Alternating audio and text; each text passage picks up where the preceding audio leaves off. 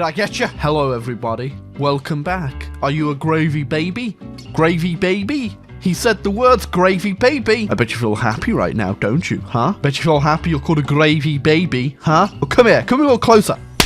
So yeah, if you're new to this channel or you haven't been paying attention for the past 2 years, I haven't really been doing too much Hoi 4. I used to only do Hoi 4 on this channel, and one of the series I've done since that hiatus is being really overpowered in Hoi 4. Now, specifically this version that I'm going to be showing today is, well, it's definitely one of the dumb strats that should have belonged in one of the earlier videos. So this is like an old strat for a lot of people. I know apparently most of you guys know all these already because you're big brains, but let's be honest, most of you are little monkey brain people. Just slapping the keyboard like how do good at Hoi 4. So recently I was just browsing the Reddit and someone actually brought it up again. This is essentially just a re-upped kind of different version of the Japan strat of invading Jamaica. Invading America really early is a really powerful nation to become an even bigger, more powerful nation, which we're going to get into today, and we're going to do it big boy style. What's he even pointing at? Come on, you stupid idiot. Hello everybody, welcome back to my Hazel Iron 4 Let's Play. Today we're going to be making fun of Hirohito's chin. It's going to be very funny. Just kidding, mustache man. Hello everybody and welcome back to Hazel Iron 4 with my Let's Player. You know, deep down I always thought that I would be the best Let's Player around. But let's be real. I'm goddamn terrible at everything I put my fingers on. So, like, the best thing about Soviets is that you've just got this fat army at the start, which you can't really do much with, because that fat army has eaten all the equipment. But, let's just say you deleted just a portion of your army, and then look how much you've got left, and then you deleted another portion of that army. Now you have an incredibly strong army still, with guns! And I know a lot of people are already saying, what's the point of deleting your army when in the end, mathematically, you'll probably have enough guns with them by the time the war actually comes around. Well, I have to, you stop right there, shut up. Now get this through your thick skull, numbskull. What if we just start the war earlier, alright? But we go in a completely different direction than dealing with this stuff. I know. I'm the Einstein of my time. Which doesn't make sense because this is currently Einstein's time, so yeah, don't listen to that too much. And I know what you're thinking, he's a madman. That's not gonna work. Well, it's just gonna collapse and fail. You can't invade America! Oh, that'd be stupid. Why would I waste your time with a strategy that doesn't work? Who am I? I'm not the guy that shows you how to fail in this game. That's Alex.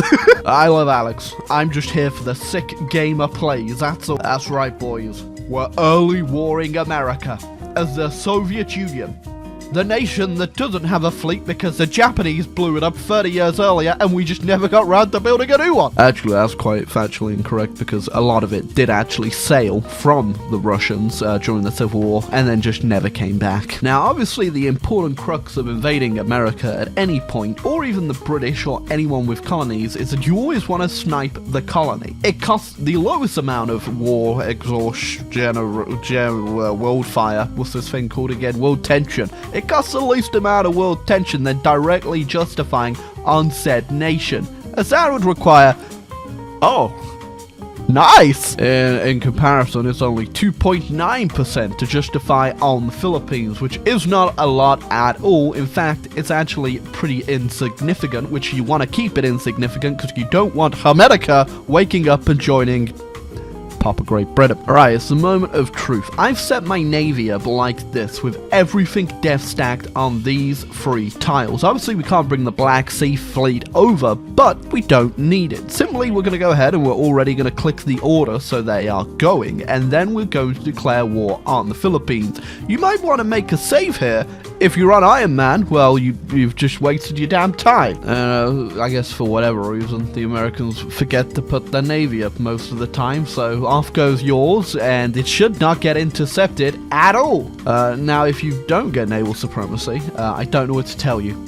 it's time to restart. Actually, I do know what to tell you. Now, with those big Soviet mountaineers, you should have no problem securing a beachhead. And then once you do secure the beachhead, you want to just start snaking immediately. And also, this isn't a time for epic frontline arrow go brum. Unfortunately, you're going to have to actually use your own gamer skills here and not the stupid AI. Now, as soon as you do actually have the beachhead, you want to bring up some backup troops, mostly to hold the port, because the Americans, being the big, questionably clever people they are, will endlessly naval invade Seattle now. Now, whilst you're microing this line, make sure you're not constantly just leaving the game running. The longer you leave this, the more chance America will join the Allies. So you want to just move when you're actually moving. Don't get too gung-ho with this, or else you could ruin everything. So like I said, the Americans should start naval invading this port, but the big stupid thing they do is actually naval invade the positions next to it too, which means you can just get your army and squash them like little bugs. Now, as you can see by the American troops, they're already quite low on equipment, so endlessly throwing their troops to be slaughtered in Seattle doesn't go too well for them. And with each of those naval invasions, you should start to notice a lot more holes in the Americans' line. So just take advantage of that and start going gung-ho finally. And eventually you can just go ahead, keep eating up the American troops that arrive, and just eventually put it on auto, move troop, big line arrow, go zoom. Now eventually when you see the Americans start to collapse, just go ahead and start moving individual troops around to victory point snipe to get this done as early as possible. Now I was kind of fire-speeding a whole bunch of this, but you can get this done very early if you do it right, which is a pretty good time, but it's not the best time. So eventually the Americans just won't be able to handle you and your organic brain power. So yeah, this is pretty nice. There you go, we've sniped Washington, and they are still halfway to capitulation, boys. America's a big place, apparently. Oh, apparently the capital's in LA, which I own. That's my capital now, baby. There you go. America is no more. Now, when you do take America, make sure, for one, that you sound like the Philippines, or you'll be endlessly at war with them. It means you do have to deal with the Japanese at some point, though, but that's not a problem. And then you also want to take all, but make sure you leave the Americans on a couple provinces so you can puppet them and steal their fleet. And there you go. September 8th, 1937, the day America fell. So yeah, this puts you in a very ridiculous spot, which is absolutely amazing. But well, congratulations, you now also need to put down a few million Americans constantly wanting to revolt from you. But yes, you now have America and the Soviet Union, which is incredibly overpowered, but you don't actually get all the buffs immediately because you need to get up compliance, which you have, unsurprisingly, not a lot of, but the Portland and Seattle area, actually quite a bit of compliance going on up there. Current and political jokes. There you go. The Soviet horde has descended from America after conquering it, and now we realize that we should probably do the purge, which we have completely neglected to do. But yeah, we aren't done just yet. So we gotta deal with those pesky Kanatuvians, the real menace to the world. I mean, if we don't take care of them, they could rise up. They've got the arms industry, they've got they're dead. But with them dead, that does mean we can get real lessons of war and the purge immediately. So that's gonna be incredibly useful for what we're gonna do next. Oh, the Japanese tried it. And I'll remember this one. There we go. Almost there. And with one click of the button, our problems in this world have disappeared.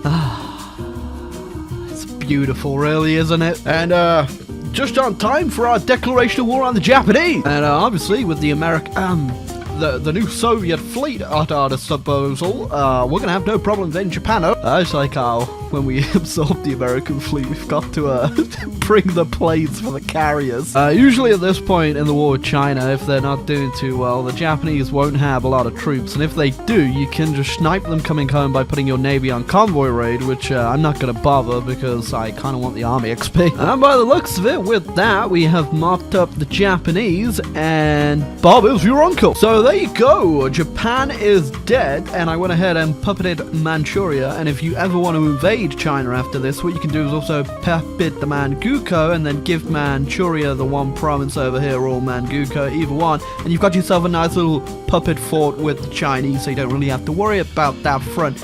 But we got a bigger bigger enemy to deal with yet. Now, I don't really ever bother actually taking the Japanese land. Just it's easier to puppet it and then never have to worry about the Japanese ever again, really. But the biggest benefit to killing Japan this early is that you never have to worry about your rubber supply disappearing or then declaring war on your puppet, the Philippines. So it's kind of just free game from here. Next up, just eating everything we get with the Molotov-Ribbentrop Pact, and we are, well, pretty much kind of ready to fight Germany. Oh, Finland just accepted, but I'm going in regardless. Okay, it's pretty good to take all of Finland just so you can puppet them and you don't have to worry about the Germans getting them on their side or the Germans invading you through Norway, which means you can focus on Europe because you need to, because they're finally going to declare war on me. Pretty interesting that they surrendered that despite the fact they're about to go to war with me, but sure thing. And now for my Barbarossa, I like to do what is called Operation Smackdown, which is when we just let the Germans and the Axis keep rolling in until they enter the swamp.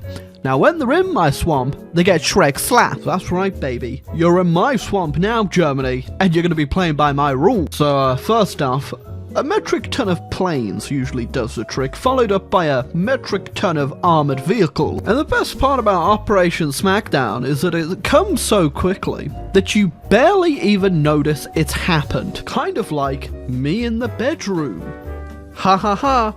Please clap and laugh. And don't forget to check in your Reddit karma for any coolest. I do feel kind of bad that I'm absolutely stomping the AI and giving them no chance whatsoever, but I'm also stomping the AI that is the German Reich, so not really feeling that bad. In fact, I actually feel pretty damn good now that I think about it. It is kind of scary that I've pretty much not had to do anything for the past 10 minutes. I've just been watching as the arrows do all the work for me. It's also like at the point now where I have so much equipment that it doesn't even matter that I'm losing some of these battles, because I'm overwhelming the AI. Yeah, especially I appreciate the fact they changed his portrait. He does look like a lump of lard now. Oh! We won! And there you go, there is the great overpowered Soviet Union strat, which is quite fun to do, I must say. It's always fun to do these videos. It's nice to see just how far you can push Hoi 4 to its very, very low limit. But if you enjoyed this video and you're enjoying Nostalgia November, there's not a lot of it left now. So make sure to leave a like and subscribe button down below. And yeah, I'm going to leave you guys off with that one today. And I'll catch you all on the flippity flip.